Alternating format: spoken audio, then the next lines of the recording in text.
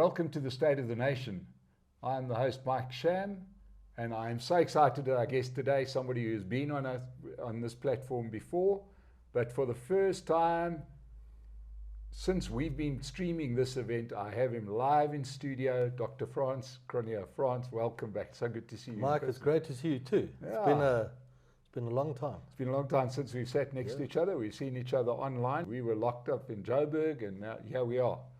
And suddenly it feels like those days were 1,000 years ago when we were locked away. It does. The world's changed completely. The world's changed and people have got back to life, and that has implications for everything. Has economic implications, has political implications. Yep. And we want to discuss some of them today. For starters, Frans Cronje is optimistic. Right. Let's kick off on an optimistic note. Find out why Frans Cronje is optimistic about South Africa, because everybody out there needs reasons to be optimistic. Let's deal with that. Okay, well let's start a little bit outside South Africa. We're a small boat afloat in a very big and deep sea, a 0.5 percentage point of global GDP. There's something that I must credit as a talk or sort of call I was on. Russell Lamberti, who's an economist, introduced me unwittingly to the Global Supply Chain Pressure Index, which is a great thing, and it measures how clogged up global supply chains are. That released massively over the past couple of weeks. There's a thing called the Container Throughput Index. It measures the rate at which containers move through global ports. That's got back onto its pre-2019 trend line again. There is the Baltic Dry Index. It measures the price of shipping bulk goods around the world. It's very volatile, but shipping is a static commodity. It's come way down from these high peaks that coincided with this sort of amazing global inflation that we've seen. China's electricity production numbers have crept a little worm. It's a little worm, so you must be careful, but above the, again, pre-2019 trend line. The supply side inflation stuff is therefore washing out of the world, which is very good. If you see three other flags going up, first is peace in Europe. I think Europe's sustained support for Zelensky isn't at all assured. And certainly had the pipelines not been blown up, I think we would have seen a deal this winter. If Xi in China stops his social control experiments in shutting down the Chinese cities, and if Europeans broadly, Westerners, adopt more pragmatic energy policies, stop turning off their power stations, you add all of that together and the global outlook actually is pretty good again. So there's a sort of minority perspective on where the world's leading. You might see a little recession in America next year, particularly if the Fed tries to hike again in November. But the global world in which we sit in, I think it's looking a bit better than at any point since actually quite some time pre-COVID. I mean, certainly the good news out of that is the supply chain, which has been so clogged up, and now that artery is flowing again, makes a massive difference, right, to all countries, and South Africa will get dragged along. Yeah. But the last three flags, I don't think any of them look likely at the moment. Well, I think Russia has longer kind of legs to sustain this conflict than Europe has, or America has. I think Europe has the shortest legs to sustain the conflict. And you know, Western societies seldom stand with their allies for very long. The enthusiasm for these conflicts wanes, public opinion turns, it's already doing so in Europe. In China, Xi, I think, has, and the Communist Party has done something very insightful, and have understood that in some respects Deng was wrong, and that second, third generation, young, middle class, urban Chinese might demand representative government one day. And if they do that, China system collapses, which has blended authoritarian control with anarchic capitalist expansion quite easily. And that social control in pursuit of political stability, in pursuit of shoring up the China's economic performance is the bottom line priority for this sort of new dynasty that he's so successfully constructed. However, the consequence of the city lockdowns, which I don't think have anything to do with COVID at all. I mean, it's purely a control. This is testing means of locking down large urban areas, lest the terror of Beijing, the idea that the Hong Kong protests are contagious and spread into urban mainland China. And it brings down the whole Chinese system. It's the consequences for the global economy are catastrophic. This is a long-term global recession that follows, and I think the appreciation of that explains the harsh controls. But the social controls catch in their net can't be any other way. The bycatch is entrepreneurial energy and innovation and investment. And so China's growth prospects begin to deteriorate, meaning that its relative competitiveness to the West begins to sink.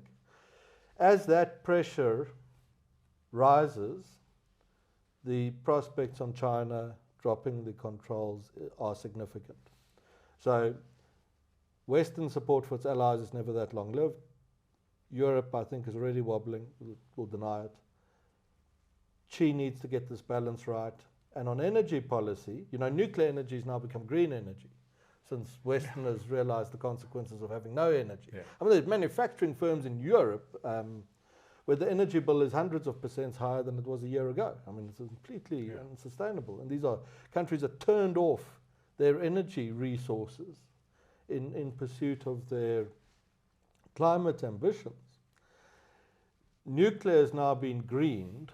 It's now green, which of course it is. It's the most green energy there is because the renewables of solar and wind, which are amazing on the roof of your house and are great in a high-tech services economy or for a business that does that, but aren't great for industrial growth because the storage technology doesn't exist yet. It's a hard fact. Yeah. And in any event, the batteries that are one of the go-tos for storage, later there might be other serious options, mechanical storage and the like. You know, to build an electric car battery, you move between 200 and 500 tons of earth to mine the minerals. So the stuff's not as green as it seems. Nuclear is the green energy. So if the West commits to nuclear, and then all three my flags go up.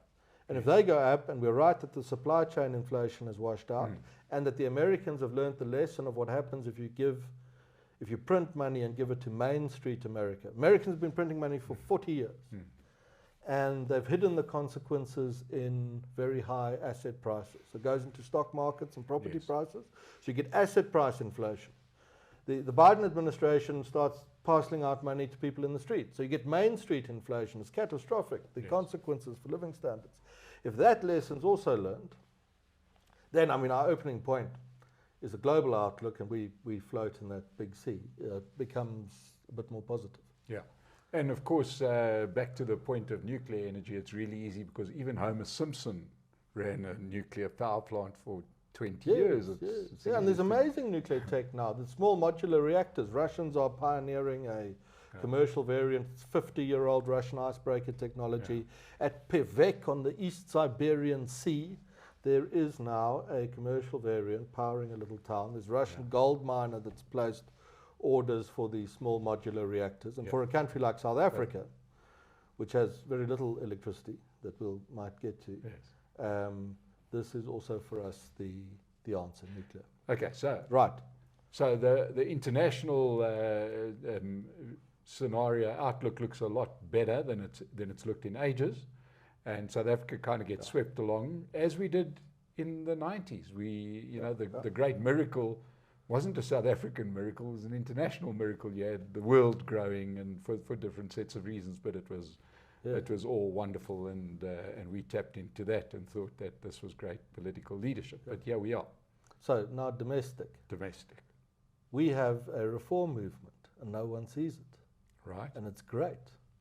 And you go around the place, business, diplomats, Yes. and so on, and they bewail the state of things, and won't someone do something, and might the latest committee come up with a plan, or the minister do something, or the politicians do something. Someone must do something. They miss the point entirely. The rule is, there go the people, and as their leader, we will follow them. Yes. Great change movements, public opinion leads political action. Yes. And South Africa has, partly because of the experience of COVID, which was so destructive to the living standards of many people, I think now broken through a point of no return on public opinion, where the actions of voters will put us in a position, perhaps just more than 500 days from now, where we will have a new administration in the union buildings. And that is the reform horizon. The data on it's pretty compelling. I spend much of my time interested in a group that I sit on the board of called the Social Research Foundation. It's a little think tank. It tests public opinion because we understand that this is the lead marker of change, not what the politicians do. They chase opinion. It's the dynamics the other way around. It's always been. It's not a funny peculiarity of South Africa's present. We talk about China. Deng, the great reformer. It was a great reformer after Mao, but Deng saw that the peasants were rebelling against Mao. Yes. And he realized what the momentum behind this could do and got behind that. The thesis that there was Deng, who was a great reformer and led China to prosperity and this most recent era, 50 years, is partly correct. So we have this reform movement. What it's done is that if you ask people, if there was an election now, how would you vote? And you factored in turnout and all the right things that you need to do. ANC's in the 40s. It's lost control. In urban South Africa, it's at 30-ish. In Gauteng, it's at 29. Never to return. That urban middle-class voting bloc is lost to the ANC forever. Can never be recovered. It's gone. As we saw in the Western Cape, when you get below a certain number, you're gone. You're gone. And they're gone on urban, I think. Mm-hmm. National, they're below 50. But they're falling really fast.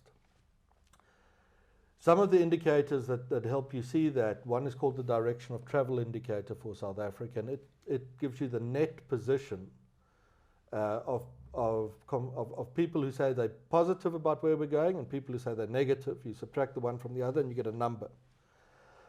The number used to be very good for the country 15 years ago, then went very bad. And after Mr. Ramaphosa came to be, and we had Ramaphoria, which was a concept that I and my then colleagues did not buy into deeply. But a lot of people did. The direction of travel indicator was about negative 40 or so for South Africa. It just gives you a benchmark. This is when Ramaphoria is at its peak. We're at negative 40. The number now has just broken through the negative 70 and it's collapsing. And the idea you must have in mind is Hemingway, in the book The Sun Also Rises, there are the two characters and the one goes bankrupt. And he says to his friend, how did that happen? And the friend says, well, gradually and then suddenly. And this is how change happens in countries. Yes.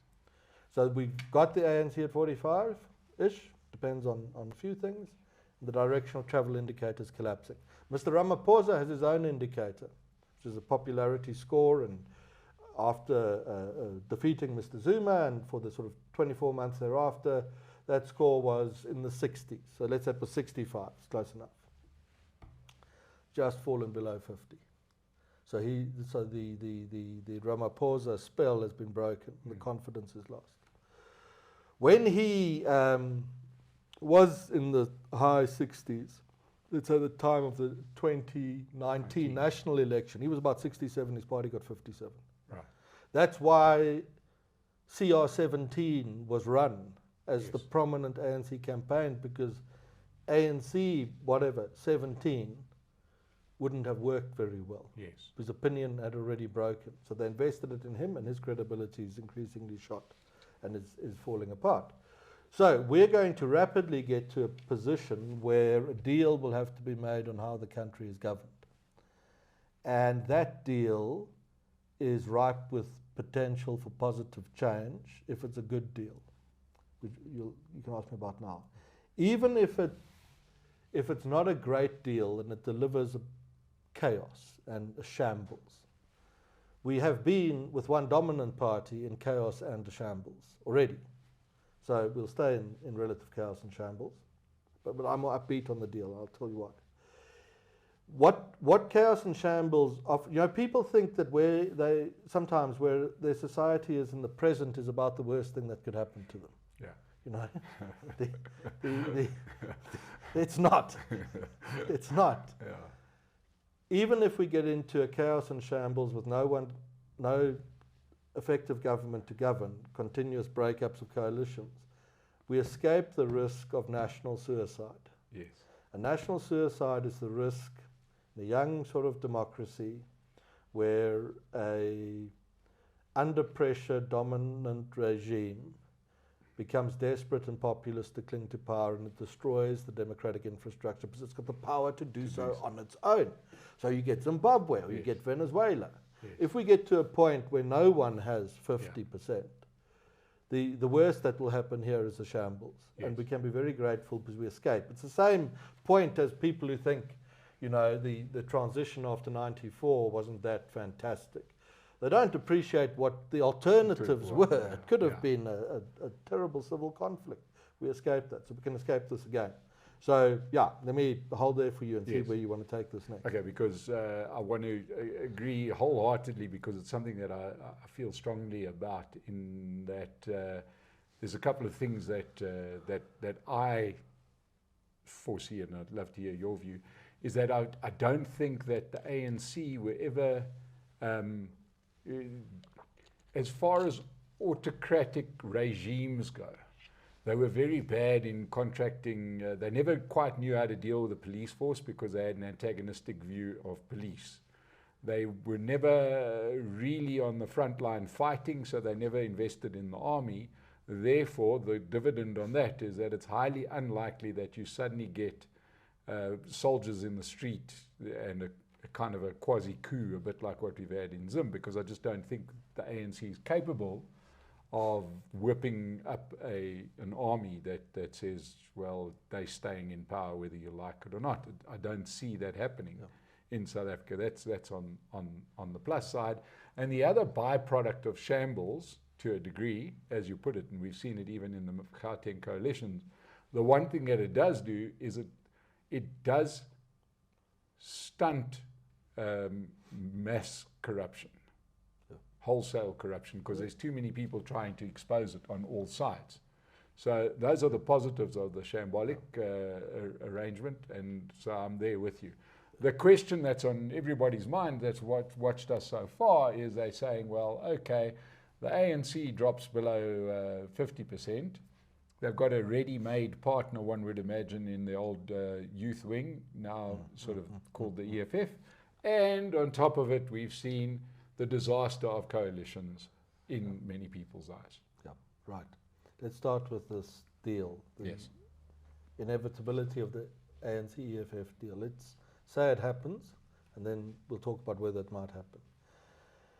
If it happens, the negative momentum against the ANC continues, which is based on people's experience of life in the country and their basic living standards. So that will continue downwards.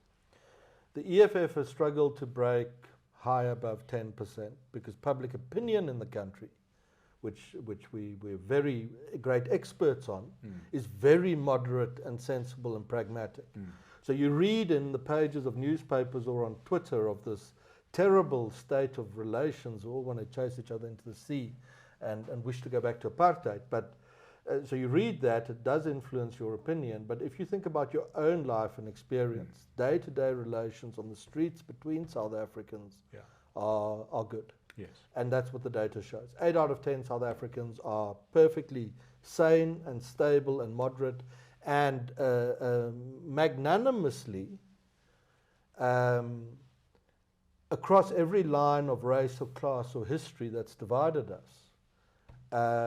People are invested in the success of their neighbours. They would be pleased if it went well for someone else too. So we're not yet at this point of amazingly, I mean, given the poverty, the unemployment, the desperation, the history. Yes. My point again, that people think this is about the worst that could happen. You got no idea how lucky we are in many respects. Public opinion is pretty sound and pretty stable. So I don't think that's a risk. So these two would get together, the ANC and the EFF, think through this. They're going to form a government. If they can overcome the mutual internal loathing and work highly effectively, to survive the next election, they would need to destroy the constitutional edifice and the rule of law and introduce a reign of terror in the country. Then they'd have a chance of winning the next election. Otherwise, on the balance of probabilities, both get washed out in the next election cycle because people will be so disappointed at how living standards have collapsed, which South Africa will see an instant evacuation of capital and investment and jobs and the like. So we would have to survive 5 years. Of course, it's right to say that the risk is we don't, and they do pull off national suicide and we become Venezuela. I don't say that can't happen. So on the balance of probabilities, it's unlikely, particularly if very well-resourced civil society, media, independent actors block all efforts at the undermining of essentially property rights and the rule of law. These are the building blocks of free societies, and then we'll be fine.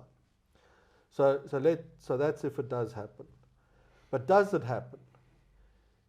You're the EFF. These are sharp guys. They know what they're doing. They're hardworking. They're highly effective. Would you take that brand and weld it to the ANC? Bankrupt, a list of 1 million members, a list that's so corrupt that goodness knows who's in charge of what. No one can call the result in November because the corruption is extraordinary. That is losing public support. That is only has the support of 1/3 of urban voters in a country that will continue to urbanize. You're going to throw your lot in with those guys. If they do it, decide to make that decision, and you're a pragmatist, you might say, maybe this is 2 birds with 1 stone result. On the ANC side of the equation, let's say you're at 45%. You're still very powerful, you don't have a majority. The whole world has changed. Are you going to, as your first order of business, ask the most ferocious opponents that you've ever had to join you in government? And there are a few pragmatists who are senior in the ANC who say this will be a reverse takeover of our party. Because what will happen is the EFF guys will take their new ANC partners, and before the ANC partners know, they will be on trial for corruption. Yes. In sort of tribunals presided over by the EFF. And this is how the ANC ends.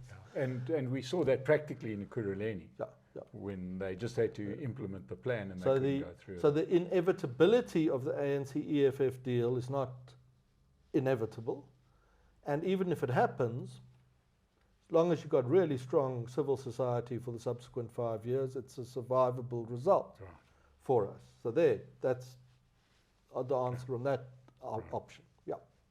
Okay, so then let's get to the positive side. So now you make a deal. Now, what you might be tempted to do is make a deal with a small party. Let's say 2 or 3 of them. They've each got 2 or 3%, 1, 2, 3, 4%. Make a deal with them, which you could do as the ANC. If you don't at once bring about a real reform movement and improves living standards, you're just going to lose the next election with your partners. And this time you're not going to get 45%, this time you're going to get 30%. So it's a question of time. You're sort of waiting to die. This is what that deal might do for you. There are people who say South Africa won't survive another 5 years if we don't have a deal right now in 500 days' time. It is the end. Kaput. I think that's wrong. It's a very tough society. We've been at this together for 400 years here. For 15 of the 400 years, the country was well governed to the advantage of all its people at the same time.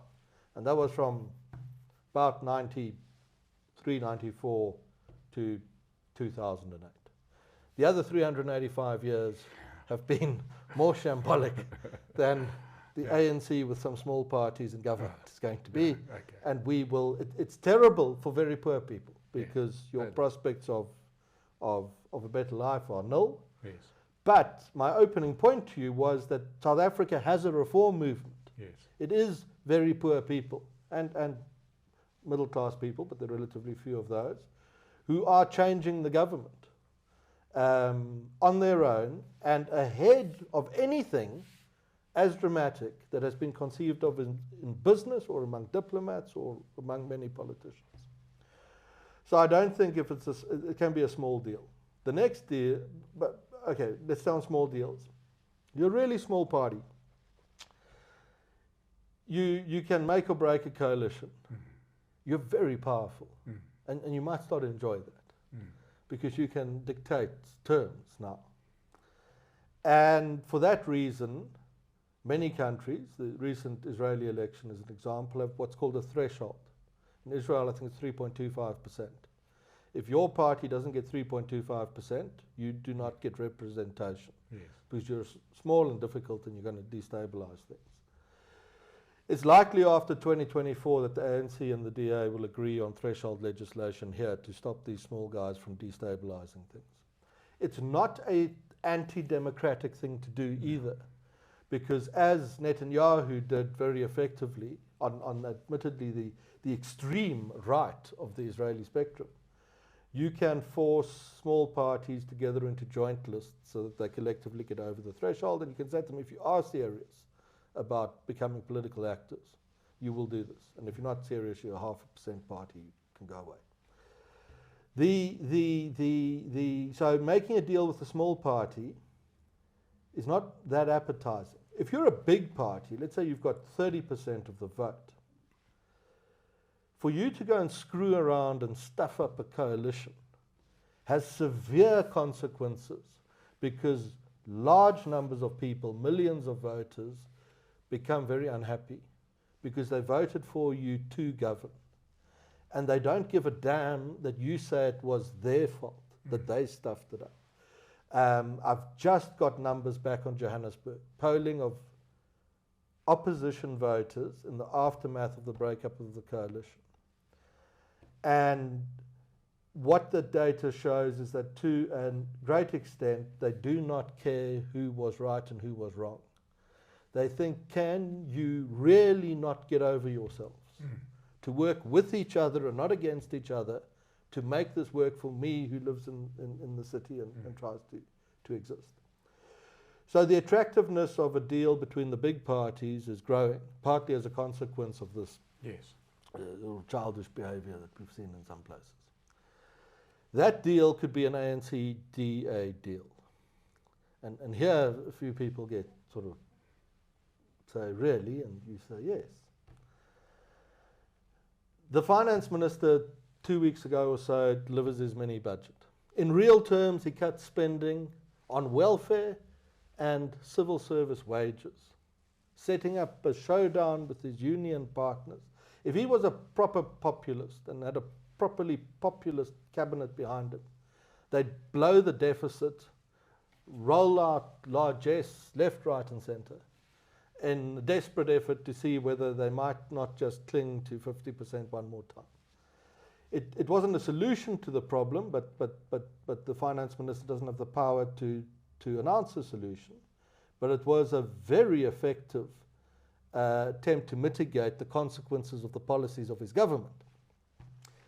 Second point I'll make for you is that Andre de Ruyter serves essentially at the pleasure of the ANC. I mean, if you realistic about how the world works. And he's doing preventative maintenance on Eskom. And that maintenance is equivalent to a few stages of load shedding a day. And load shedding is killing the ANC politically. Because it's so, the lights are off, it's dark. Yeah, off for everyone. You can't, the politician can't tell you they're actually on. Yeah. You know, politicians can try and convince people of anything. But when it's dark, it is dark.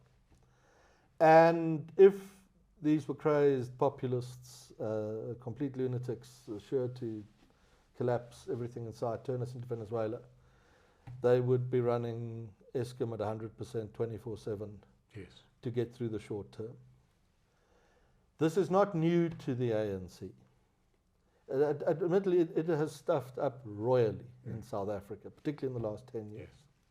But in its first 10 years, it actually didn't do too badly. It took the deficit it inherited from the apartheid administration and stabilized it, turning it into a surplus. It cut debt to GDP, government debt to GDP in half, and used the saving on the government's interest bill, because governments pay interest on their debt, the same way everyone does, to finance the rollout of the social grants program that did a vast amount to increase the basic living standards of people. It has known, certainly since Mandela got out of prison, that if you borrow recklessly, they will have you. And your sovereignty will be lost and the revolution will end. And there's a deep streak of economic conservatism that runs inside the ANC.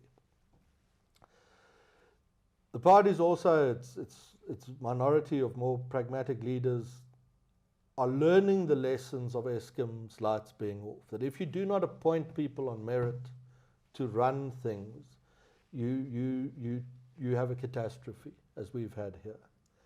And much in the same way that the Nat started getting out of apartheid through sport by sort of allowing more mixed race sport while telling their more fervent supporters that of course we'd never allow integration, they were allowing it. Corners of the ANC are starting to reduce their resistance to dismantling the narrowly defined racial empowerment policies which have so reduced the country's competitiveness. There are pragmatic winds that blow in corners of the ANC. Of course, it's a shambles at the same time. But good analysts, bad analysts make things very clear for their clients. They show you exactly what's happening. It's a perfect little picture of the world. I think better analysts are able to see that the currents run against each other and ask the question of how is this drift going to evolve? So you get pragmatic elements in the ANC in trouble. In the DA, that party has recovered very strongly. Its standing in the polling is pretty good now. Its policy offering is sound and pragmatic. And I would say to you that if the pragmatic DA leadership and some of the pragmatic ANC leadership, not all of which is in Mr. Ramaphosa's administration, some of it sits outside of him, were to sit with each other and we took the 10 most important problems facing the country, I don't think they would disagree fundamentally on how to resolve most of those. Yes. So, you say I have a reputation for optimism these days, which I do, after 15 years of bearish assessments that proved correct. Yes. The reason is that the tide of the balance of opinion in the public mind has fractured irrevocably past a point of no return where we will have the opportunity to make these deals. And the horizon's 500 days away, 520 days to the next election. It's that close. It could be right on that moment, and if it's not, it will probably be 5 years after that. But I would say if you weigh it all up on the balance of the things, of everything, the odds are now that this is a reform horizon for us, and things start to look up. And that's a remarkable statement to make. It is. Given the amount of sentiment around that our downward trajectory cannot be stopped, and we will crash. Yeah. I don't think that's assured at all. There's still enough residual business for South Africa to turn around quite quickly, as it feels a lot like 1993. There's lots of it's better than 93. Yeah. Because immigrants, I mean, one of the things goes wrong in countries, they get into trouble like we do, the lights start going off and, Yes. people start to think, the water starts going off. Yeah. And the water and the lights go off together. You start to think, what we have further in our favor, being now the most outspoken optimist, is that where this happened 20 years ago, your middle class and your capital base left the country. What happens in South Africa is that they move into walled villages, like medieval model, very often in the Cape. And that means that you're retaining your top skills. I mean, their money might be in dollars abroad, but they're still here. So the capital is sort of left temporarily the country, but could return. So if we must rebuild, we don't need to bring the diaspora back from abroad anymore. Yeah. A lot of the diaspora will be here already. And that's a further argument in favor of And of course, a lot of what you say is backed up by election results, which I feel sometimes in South Africa are a good indicator and not given the kind of importance that they deserve. It does show strong performances by, for example, the DA in some of their places, and an extremely poor performance by the ANC. All the new political action in the country, all these new startups, where are they on the spectrum? And the spectrum's an ideological spectrum, from Venezuelan-style socialism through to pragmatism. The EFF is a fracture of the ultra-leftist wing of the ANC, so it doesn't really count. But everything subsequent to that has been to the centre and the centre-right. Yes. All the new action. So Musi Maimane has started a party. Yeah. Which I think he called it Bosasa or something, which is he obviously... He called it BOSA, Build One South Africa. Which is a bit close, isn't it? He's not a marketing guy by any chance, is he? Well, he's a charismatic guy. Yeah. If you look at the speech, you should go and look, that he delivered at their launch. Beautiful speakers. Hell of a speech. Yeah. Centrist in its views. Yes. There's Herman Mashaba. Yes. It's sort of wild. Yes. But it's definitely not raging left wing. No. If it rages to the right. Absolutely, and it shows by the people that he's headhunted. Then you get a man, his book there. Songezo Zibi, Manifesto. Yes. You know what that means? Yes, I've had him on the show. That's the manifesto to govern the country with after the current administration has gone. Yes. A history in banking, and as the editor of Business Day. Yeah. However, this is centrist. His policies are kind of like, much like saying the ANC have got it right, they're just bad implementers. So, but look, a lot of that, but this is, people must think through that. A lot of that ANC early economic policy making was very pragmatic in what it achieved. Now the ANC doubles the number of people with jobs early on. Yes. It really goes wrong. Sorry, the ANC didn't do anything. The private sector did that, right? Well, the ANC created. The ANC actually did remarkably well, I think, given its origins in exile in Eastern Europe, and given the catastrophes of post-liberation African governments. Massive inflation, expropriation, collapse. Again, it's just, the picture is not perfectly neat and perfect. Huge mistakes in terms of reducing South Africa's competitiveness. Often a function of the manner in which empowerment policy was executed and the racial basis of that policy, and not building power stations. I mean, but with that, budget surplus, growth did lift to 5% because we were able still to take advantage of the commodity boom of the era to an extent. So I would say that in fact, some credit to the ANC's early policy makers. Yes. But my point is, Cronje and his Rivonia Circle outfit is centrist, at least. And remember, none of these guys are going to have 50%. Yes.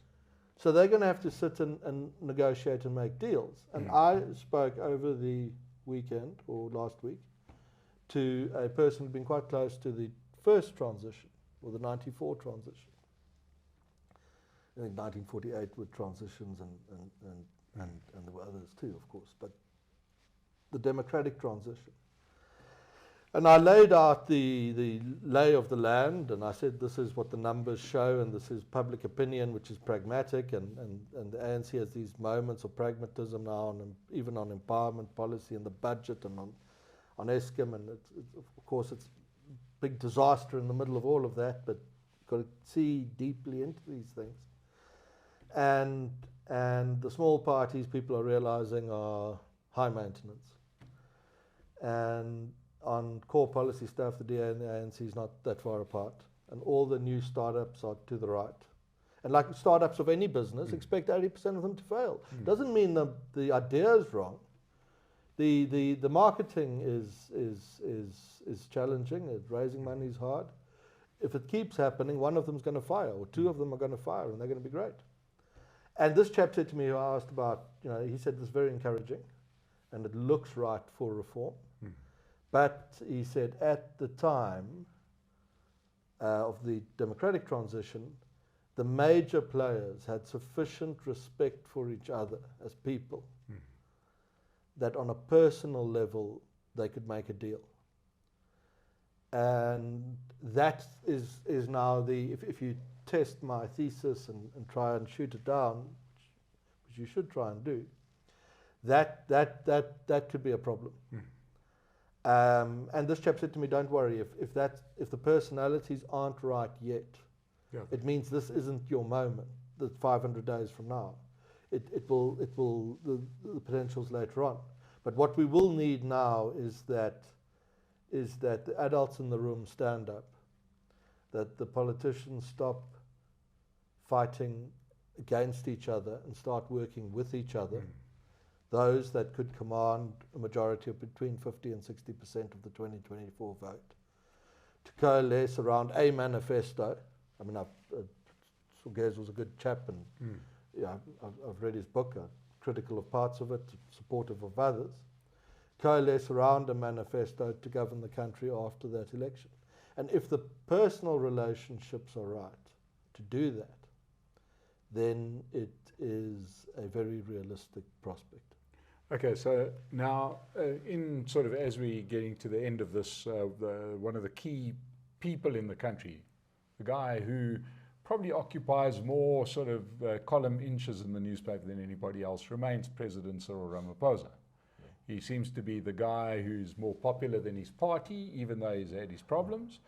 And there's no other leader that one can see either in his party or outside of his party that is kind of boxing at his weight level. But yet he seems desperate to retain those very policies that made South Africa uncompetitive.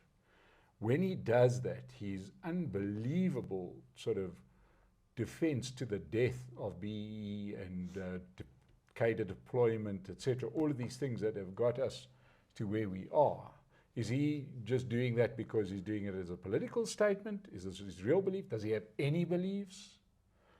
And what do you think it looks like for him in 2024? There are politicians who take on the persona of the strongest voices in the room and the climate of opinion around them. I don't think we're likely to see individuals, the Messiah idea of such power by terms of numbers of votes and insight and influence, that an individual is going to lead us anywhere at all. And I don't think that's what's happening now. But I do think that what will happen is something different. is that people, by their votes, will create a circumstance where groups of politicians will have to come together to make a deal. And they will just have to thrash out the most pragmatic set of policies that they can. And your change agent, therefore, I mean, this is the heart of the thesis. The change agent is not a great leader. I mean, there are many politicians who do tremendous things. I mean, what Musi's trying to do is immensely courageous and brave. What Helen and the DA guys do is terrible. I mean, imagine yourself in this job, this abuse all the time. You don't have to do it. You can retire somewhere and have a nice life. What Songezo is trying to do over my shoulder over here is a very good thing.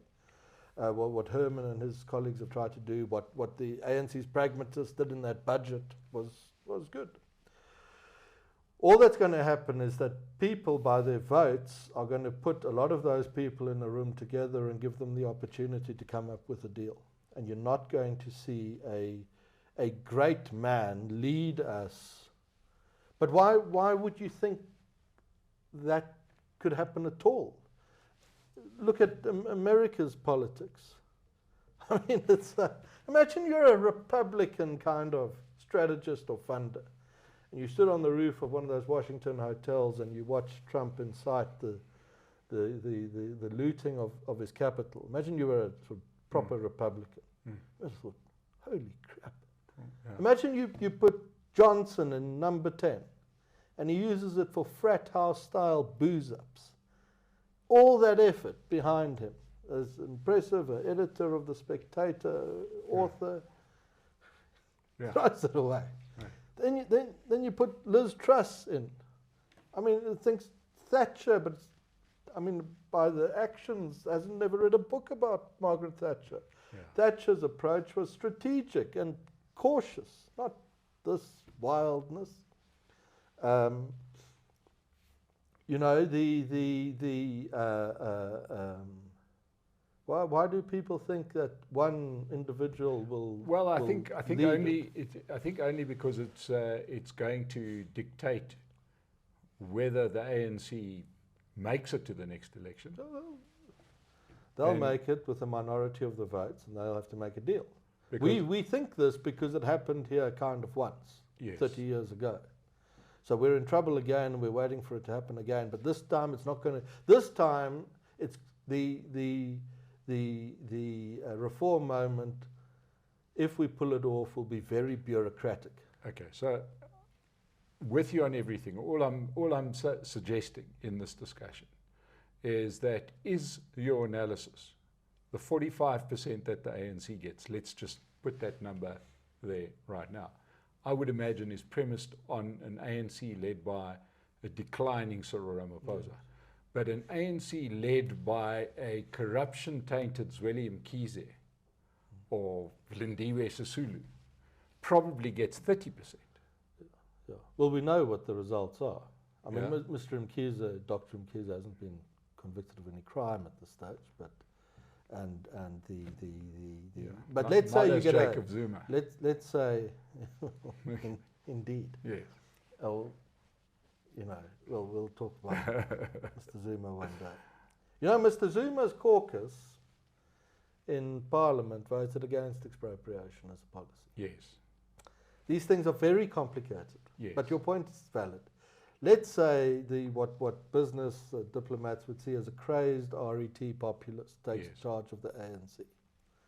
So we've tested this as far as you can. Yes. You know, it hasn't happened. It's hard to ask people what they do. It's a bit like saying if Elon Musk brought back an alien from Mars, and what would you ask the man? I don't think it's as unlikely as that. Oh, no, but it is. I mean, for a lot of people who I mean, the profoundly important thing that's happened is that today people talk about what will happen after the ANC.